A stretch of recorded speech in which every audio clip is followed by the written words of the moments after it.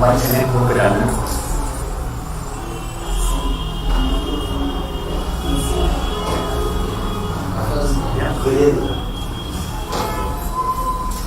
Good afternoon to everyone over here, those who are here with me, as well as those who are online. My name is Dr. Sonia Manik and I am the Director of Southend Fertility and IVF. We have a very, very interesting activity here today at Southend. We are all gathered here on the occasion of the International Women's Day, and we wanted to celebrate this in a very different manner. We have with us a couple of our patients who have been very, very dear to us, who have been a part of our journey through the journey of infertility, through this journey of treating patients who have had this kind of a problem. And I think it was just appropriate to call everyone together today to discuss what it has been to go through this entire process of having a child, assisted or not assisted, normal or whatever way they were wanting to have a child. But reproduction, as you know, is a wonderful thing, and it is a part of anybody's life. So therefore I have with me here today my patients, my dear patients, Mr. Varinder, he is here right next to us, and his wife is Rita Mishra. They have been with me for the last 3 years. Then I have Sangeeta Bahal with me here. This great lady has been with me for the last 16 years. Amazing companionship, amazing friendship we've developed over the years. And then here is Vrinda Mathur, a wonderful young girl. Today's the representing modern India. This is Vrinda here. She's a financial wizard. And then I have Neha. Neha is a professor in a college, again representing modern India. And now we need to understand what are their thoughts about reproduction and what they have actually done to achieve what they have. So I'm going to ask them a couple of questions instead of they asking me, because every time we meet in a consultant chamber, it's the patient who asks the doctor. And today it's my turn to ask them how they have felt when they have gone through this journey of reproduction. So my first question would of course be to the senior most, that is Sangeeta Bahal. She's been with us for the last so many years, and she came to me when she was 38 and she was wanting to have a child. Sangeeta had been flying as an air hostess, and then she decided to have a child, and then she came over. So here's to Sangeeta, who is a great achiever. We shall talk about it as we go through it on and on. So Sangeeta, what would you want to say when you first decided to have a child at 38? I wanted to be with the right doctor. So I researched and found out in those days internet was not that easy to access, but I found out that Dr. Sonia Malik was the one who would help me aid my process of pregnancy. And when I got pregnant, I went to her, and my journey from day one till I delivered my baby boy has been one of excitement.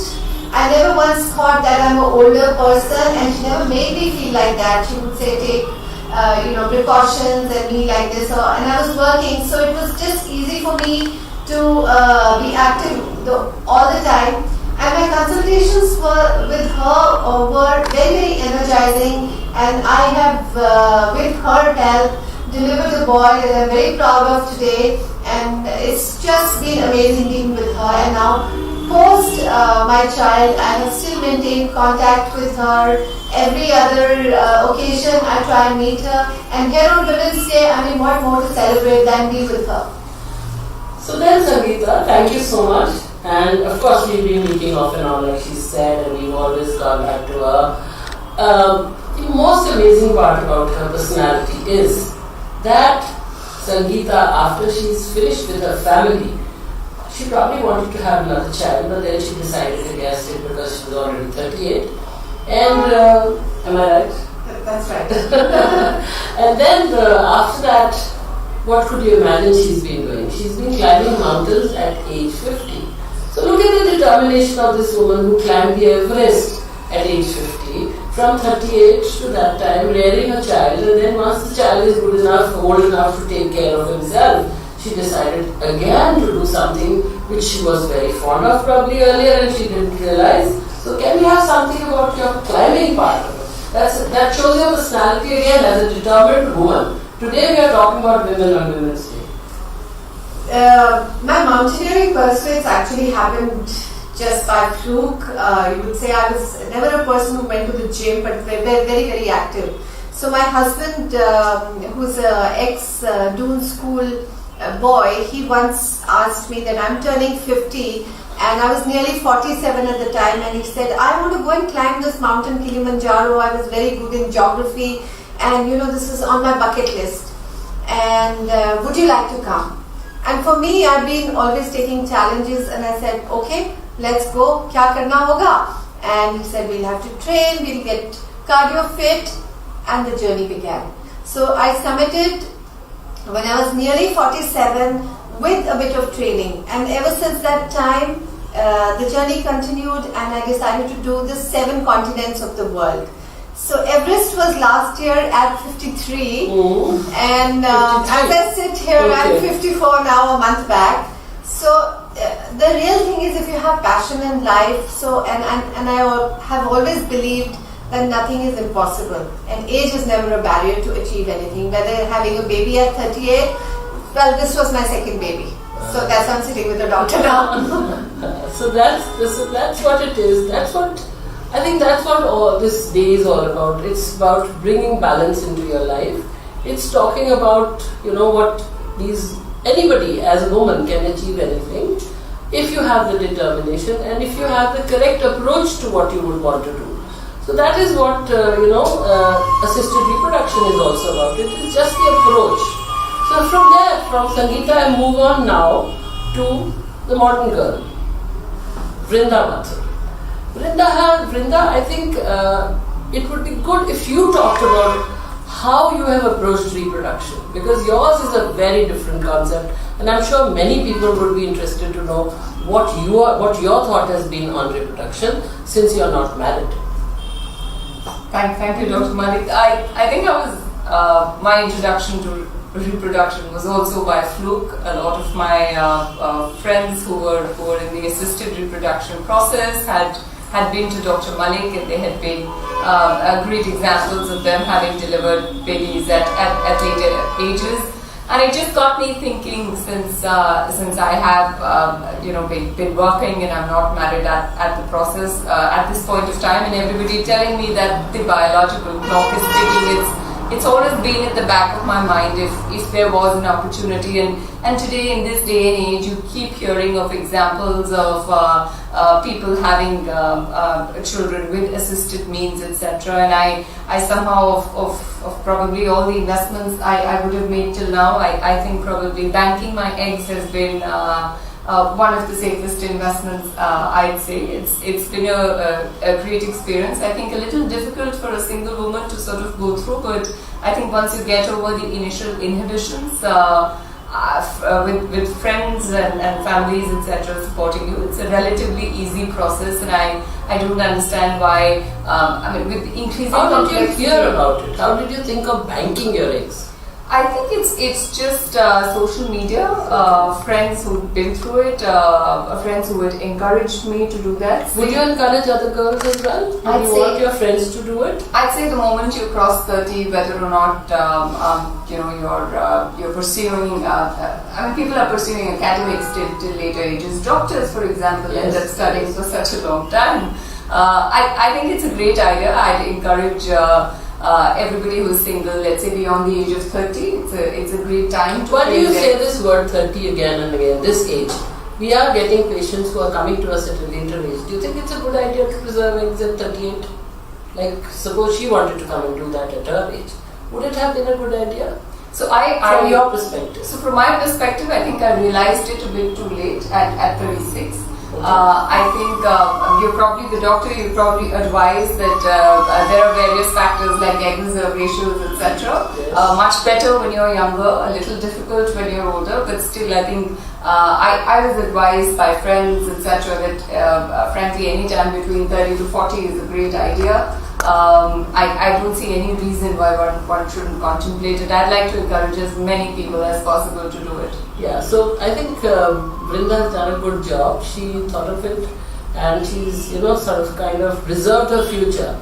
So when we are talking of, again, I come back to the same thing, balance for better balance. So this is kind of equalizing reproduction now. The men can produce at any age, but women have a limited span where they can reproduce. After a certain age, they cannot.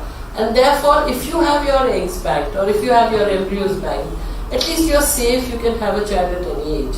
So that, having said that, the other second message that she's given to us just now is that there is a certain age for even banking your eggs. You can't think of banking your eggs when you're 40 or when you're 38.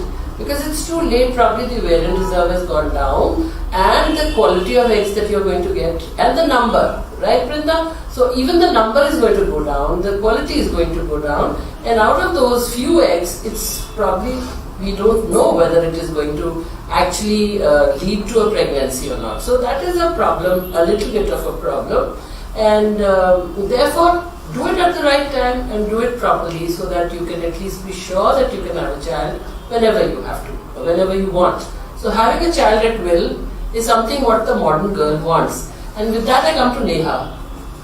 Neha, did you ever hear about this or did you think about this? Of course you're married and you're going through the process with us, but did you think or did you ever, did you know of this facility that you could bank your eggs when you were young, even younger? You are young even now. Yes, absolutely. just a thought. 30s, yeah. But I never did heard of this. Never did I.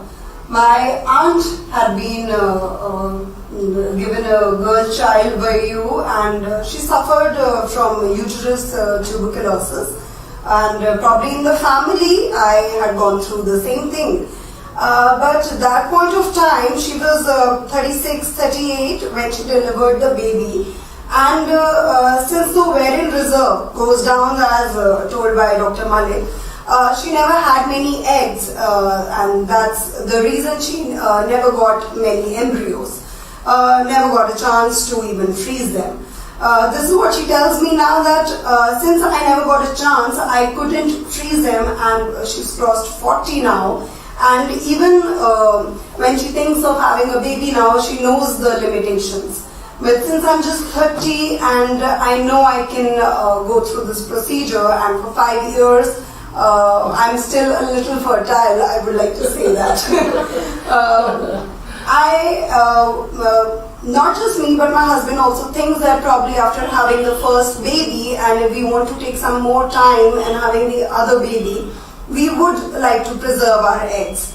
And for now, we did the same thing. We have frozen the embryos for now, and it was a good decision indeed. So Neha has got frozen embryos with us. That is another very, very good option. I think when we were going through assisted reproduction, of course, Sangeeta didn't need that. She's conceived spontaneously. But during her time, we never had this facility of freezing eggs and embryos. So think of it, if a woman has that kind of is in that kind of a situation, it might be a little difficult for her to conceive if she grows older and comes to a reproductive specialist. So therefore, time is a great factor, and I think Brinda and Neha, being the younger generation of modern India, the true women of India, they are thinking of their reproduction at a much younger age. As we used to say, now this is called balance. They are balancing their careers, they are doing what they want to, and yet they are thinking of reproduction. So Neha is a professor in a college, Brinda is a financial wizard, so therefore she thinks of banking, and she's therefore banked her eggs probably. But then, yes, this is a very, very good option. We come to the gentleman side of it now, and we have Mr. Mishra, Dr. Mishra with us. We all congratulate him today because he's just received his PhD degree this morning, and he has been with us in a very, very strange and interesting, I would say interesting, but very stressful journey. and he and his wife came to us about 3 years ago with a problem wherein Fibroids, multiple fibroids. multiple fibroids. So would you like to talk about it a little bit and tell them what you've gone through? Actually, my wife was very worried about her illness, and it is the dream of every lady to become mother. And I was also worried, what can we do? So ultimately we thought of, we heard of Dr. Sonia Malik ji, we contacted her. So she operated my wife, removed all the fibroids, but again the situation was prevailing that she couldn't be mother. So that was the dream that was spoiled. So we thought of surrogacy. Dr. Malik advised us that we should go for the surrogacy. But surrogacy word is quite simple, but it has a lot of aspects, financial aspects, emotional aspects, family aspects. So at first we were astonished to hear the word surrogacy. But we thought, what is the problem if you are not, I mean to say my wife is not going to become a mother, but we should have a child. Either we can use any other mode of delivery.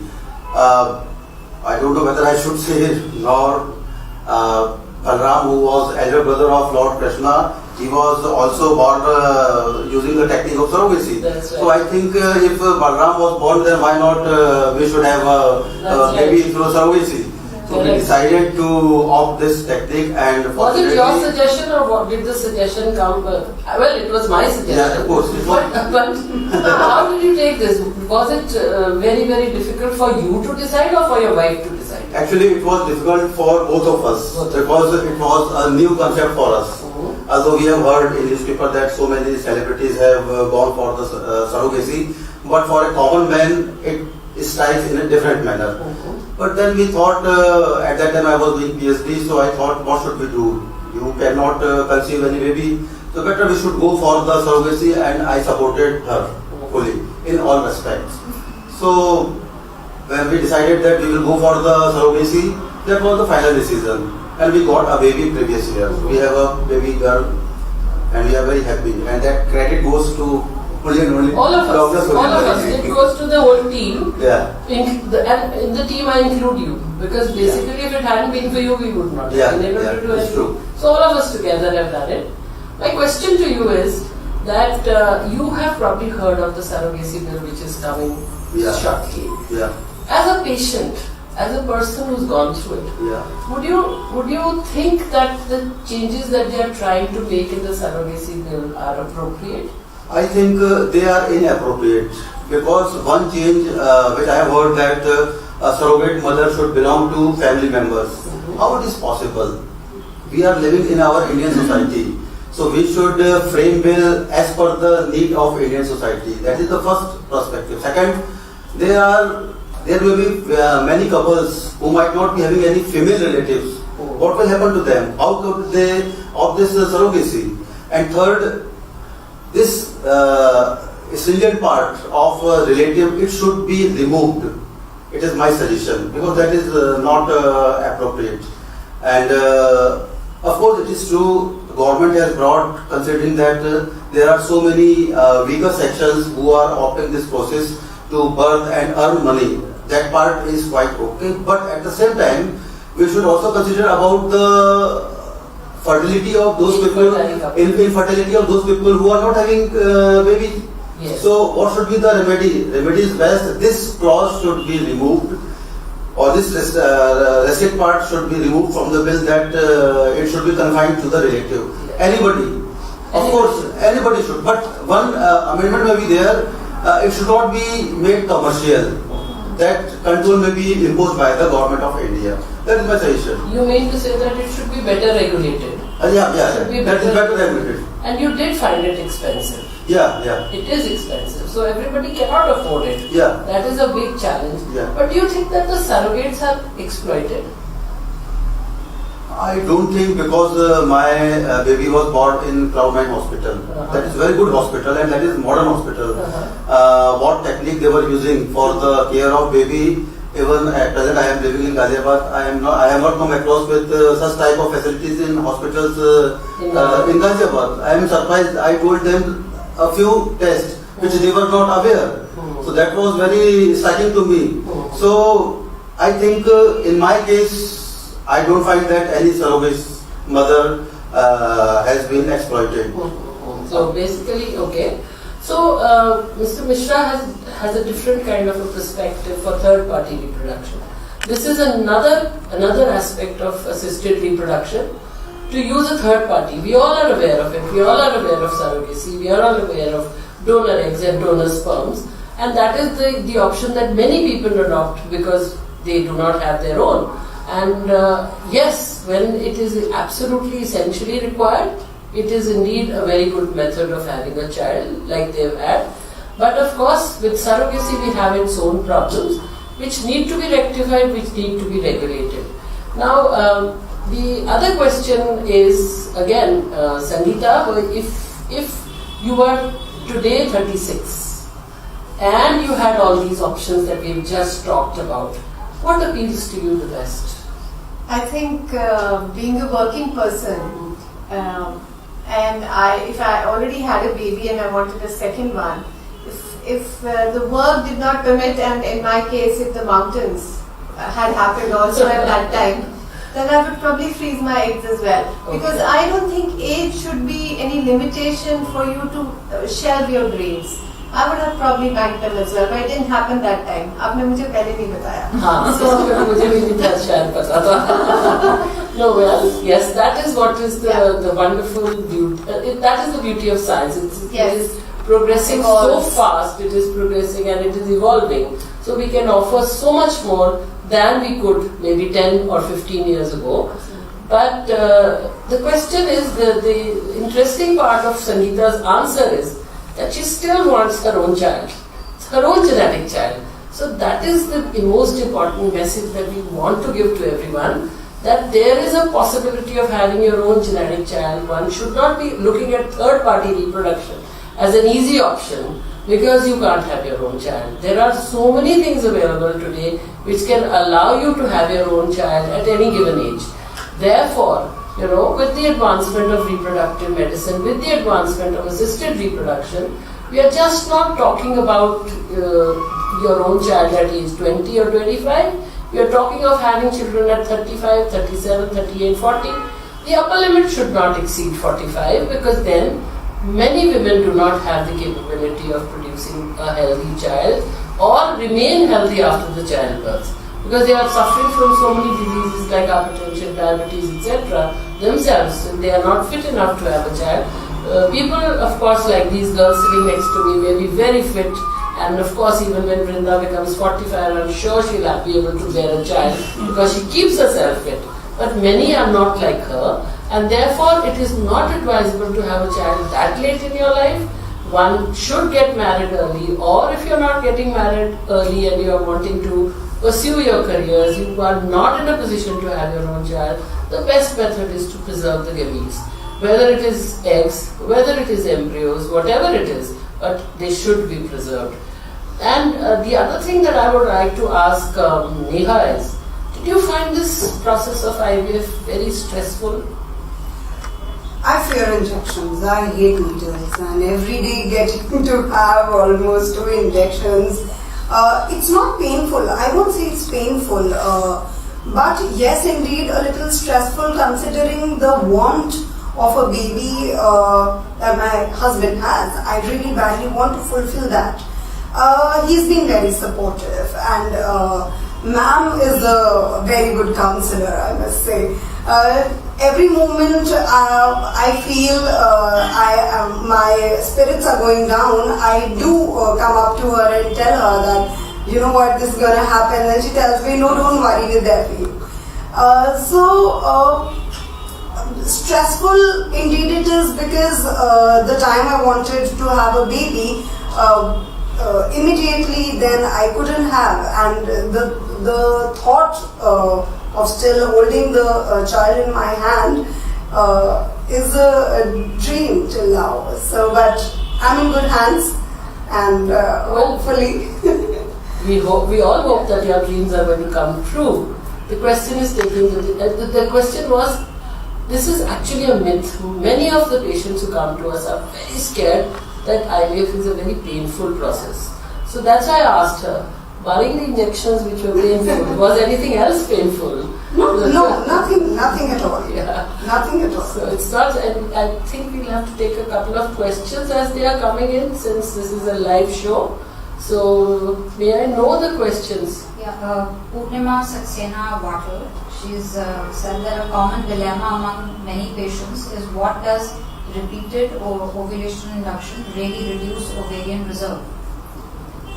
Yes, that is a myth. Actually, you see, what happens in ovulation induction is that we are only trying to recruit the eggs which were not going to be recruited in a natural process.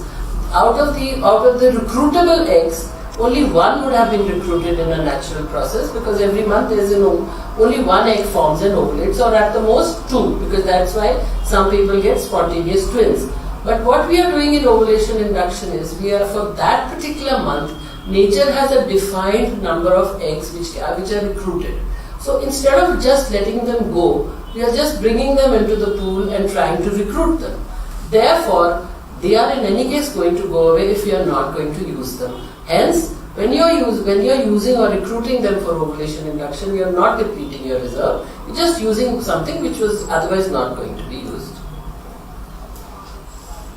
Anything else? Nothing else. Okay. So I think, can we take a couple of more questions or time to talk to each other?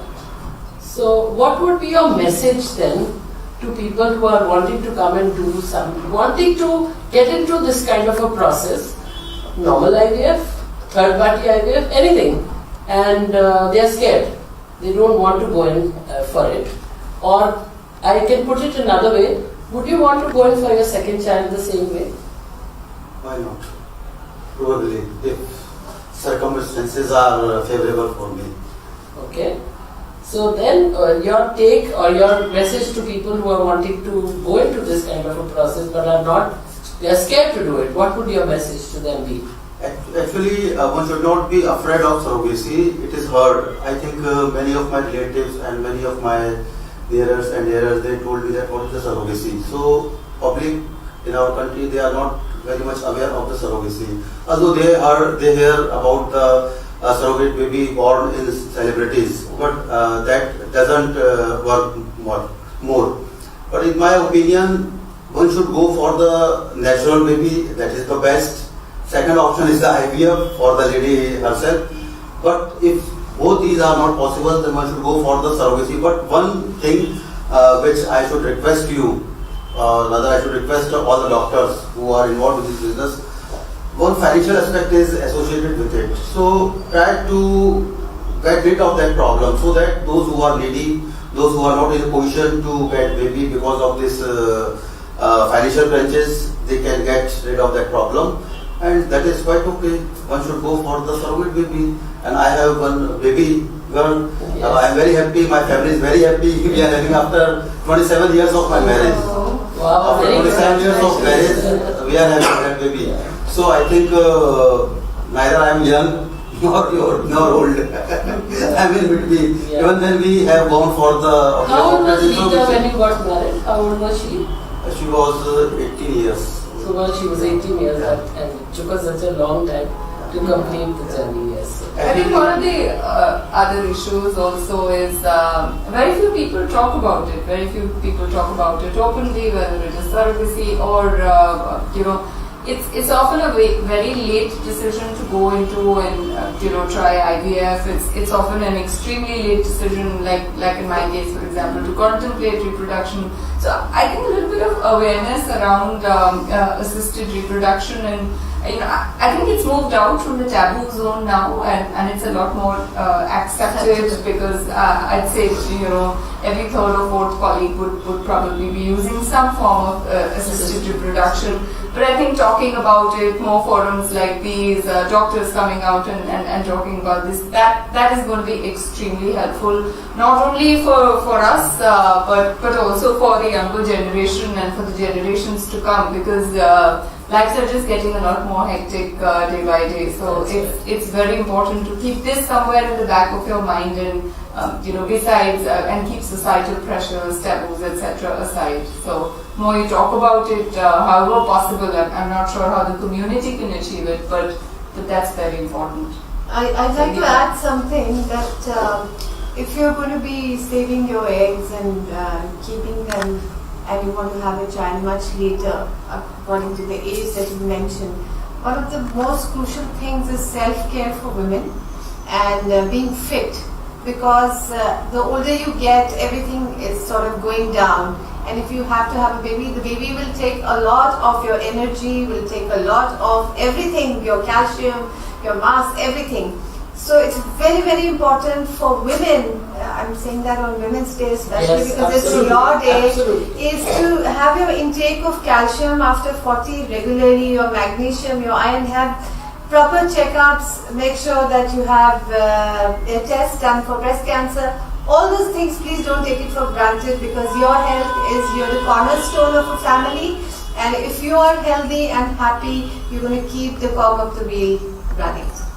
That's an excellent message, Sangeeta. And I think to wind up, I would say that reproduction is a beautiful part of everyone's life, and it is essential, just as essential as it is to eat and drink and walk and smile and laugh. So therefore, one has to pay attention to this part of your life as well. And all my panelists, everyone has agreed that in order to achieve your own have your own child, you must take the right decisions at the right time. Doctors, of course, are there to help you, but first of all, you have to know how to help yourself. And just as Sangeeta said, your own fitness is very important. Dr. Virender also said the same thing. It's important. It took them a very, very long time to get to this position because of different problems.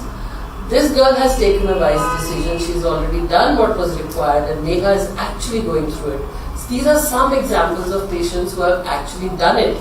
But then there are so many out there who are just thinking and not taking the first step in order to achieve what they want to. And as Brinda rightly put it, that we need to have support groups. We need to have people talking about it. We need to have women coming forth and talking about it. And of course the men to support them. That is what brings the balance, and that is the right balance. That is what we need, that is what is required to have a happy family. And interestingly, he has a daughter. So therefore, in this country where having a daughter is a taboo, he is very happy as a father because he has a daughter. So therefore, the message in this forum today is talk about your problem, talk about what you're going through, make your friends talk to you about it, you talk to them about it. Neha was guided to us by her aunt who went through the same problem. So I'm sure there'll be so many people over there who will be willing to talk about it. But the most important thing, I think I'll have Sangeeta to promise me that, and Brinda also to promise me that, to form a support group, to form a forum where you can make other women aware of this problem and tell them that we have such methods available where people or women can have whatever they want to achieve by any means, their own eggs, their own embryos, their own uteri, their own uteruses. So therefore, and of course their own sperms. Otherwise, it's not possible to have a child. And I thank all of them to be here with me today on this special day, on International Women's Day, and having such a wonderful panel with all of us. Thank you so much, all of you, for being here. Thank you. You've really proven to be such Thank good you. people. Thank you so much. Thank you so much.